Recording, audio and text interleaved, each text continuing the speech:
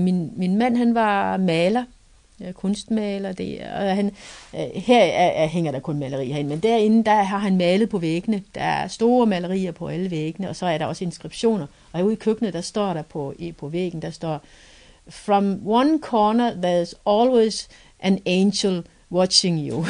Ikke også? Der er altid en eller anden, der tænker på dig, eller kigger på dig, eller, ikke også?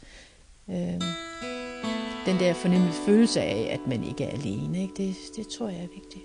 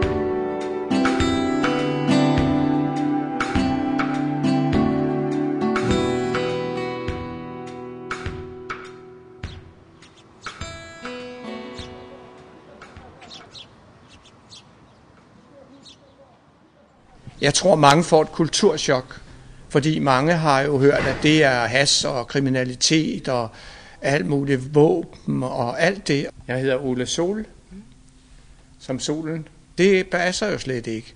Det er et af de mest fredelige steder i Danmark. Hvorimod hård narko er vi meget imod, ikke? Våbenbesiddelse også lige sådan ud. Du må heller ikke bruge rygmærker, altså de der Hells Angels og Banditos og hvad de hedder alle sammen. Skudsikre vest og sådan noget vil vi heller ikke have. Altså der har vi sådan bestemte regler, som vi kan opretholde dem, fordi vi er et lille samfund, ikke? Der er nogen, der siger, at blondiner har det sjovere, ikke også? Man kan også sige, at kristianitter har det sjovere, ikke også? Ja, jeg hedder Kirsten, og jeg har boet her på Christiania siden foråret 1980. Ja. Det er meget forskelligt. Det er meget enten eller, tror jeg. Enten så hader man Christiania, og så elsker man Christiania, men det er meget svært at sådan have noget midt imellem. Og jeg tror, det er meget, nu for tiden er det mere sådan, at det er mere kontrastrigt, fordi vi er inde i en politisk periode, som er meget sådan til enten eller, ikke?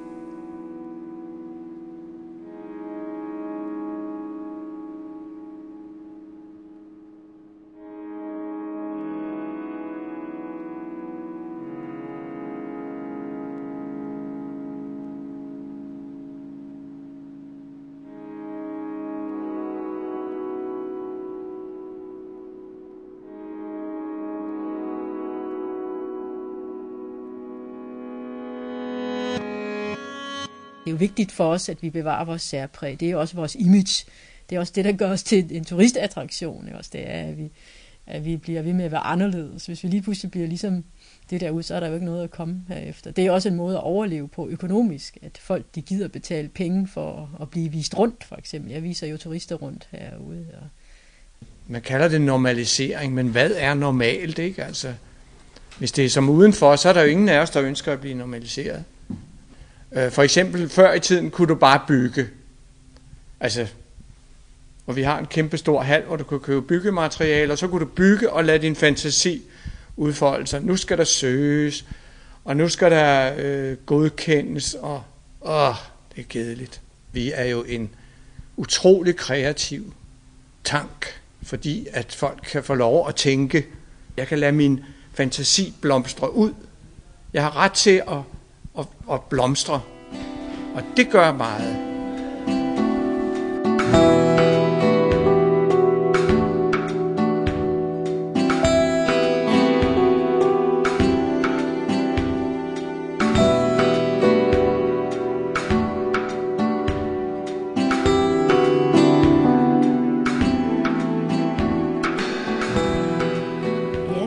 nok fællesskabet her, den sådan familieagtige følelse, man har af, at man kender hinanden. Og nu har jeg jo haft en familie i 20 år, og børnene er vokset op her, og de har deres kammerater her, og jeg synes, de har haft en fantastisk barndom. Det har mange fordele ved det, at vores børn har mange forældre, fordi vi kender hinanden. Vi er de der 800-900 mennesker, som en lille landsby. Og vi har mange fælles arrangementer, musik og dans og teater. Og det gør jo, at børnene ligesom er en integreret del. Så har vi andre fordele. Vi har ikke åbenlys biltrafik. Der er kun trafik til varelevering. Altså forskellen imellem København og Christiania, synes jeg er meget stor. Ja, nu er jeg ikke født og opvokset i København. Jeg er en pige fra landet, så jeg har den samme fornemmelse af som en landsby, altså bo som i en landsby her midt i København. Så det er nok det, jeg godt kan lide. Det er, at vi kender hinanden, og vi betyder noget for hinanden, og man kan ikke bare gå ned igennem Christiania uden at snakke med nogen. Der er altid nogen, man hilser på og lige snakker lidt med. Så det er rart. Og så er der en anden ting, vi heller ikke, det er det kollektive eje.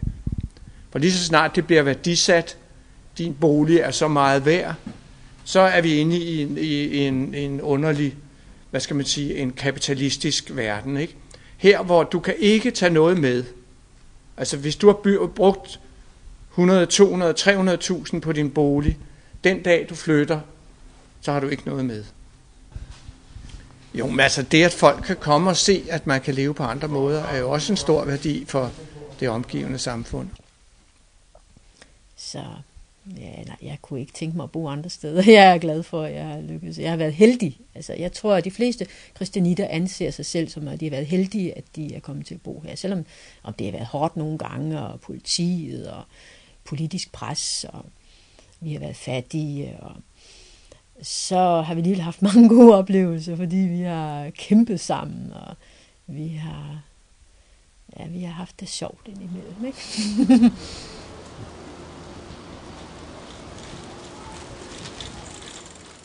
Først og fremmest det, der er så specielt ved Christiania, det er os, der bor her. Vi har et kollektivt ansvar.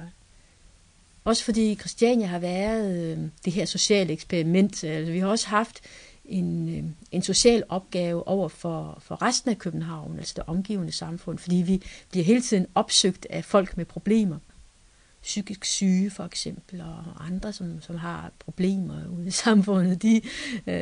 Der virker Christiania, det virker som en magnet på folk, som ikke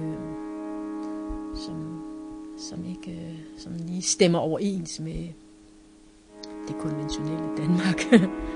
Så for mange mennesker tror jeg, at Christiania ligesom er det sidste håb, eller jeg tror, det er et symbol også, det er et frihedssymbol, at det enkelte menneske betyder noget. Det er ikke penge og magt, der betyder så meget. Vigtigst for mig i livet. Hvad jeg synes er vigtigst i livet? Altså, jamen, det er jo svært at sige, hvad der er vigtigst i livet, men ens børn, det betyder utrolig meget. Så det er jo nok det, jeg tænker mest på i hvert fald, det er, at mine børn har det godt. Jamen, det er vigtigt for mig at få lov at udfolde mig kreativt. Det er vigtigt for mig at skabe et kærligt samhælde. Altså, hvor folk først ser på det hjertelige før tegnebogen. Men at man ikke er alene, altså man ikke er ensom. Og det synes jeg er det værste, altså ude i det samfund derude, at folk at man ikke kender hinanden, at man ikke har nogen venner, ikke nogen familie, og hvis man ikke har nogen familie, så er der ikke nogen, der kender en, og så kan man bare få lov til at sidde på en institution og rådne op til sidst, ikke? Altså det synes jeg, der er det mest triste altså det vil jeg da for enhver pris undgå. Det er nok også derfor, jeg er havnet her på Christiania, fordi så tænkte jeg, at så vil jeg i hvert fald aldrig blive alene. Vel? Det bliver man ikke her. Så der er altid nogen, der tænker på en. Ikke? Det er meget vigtigt for mig, at vi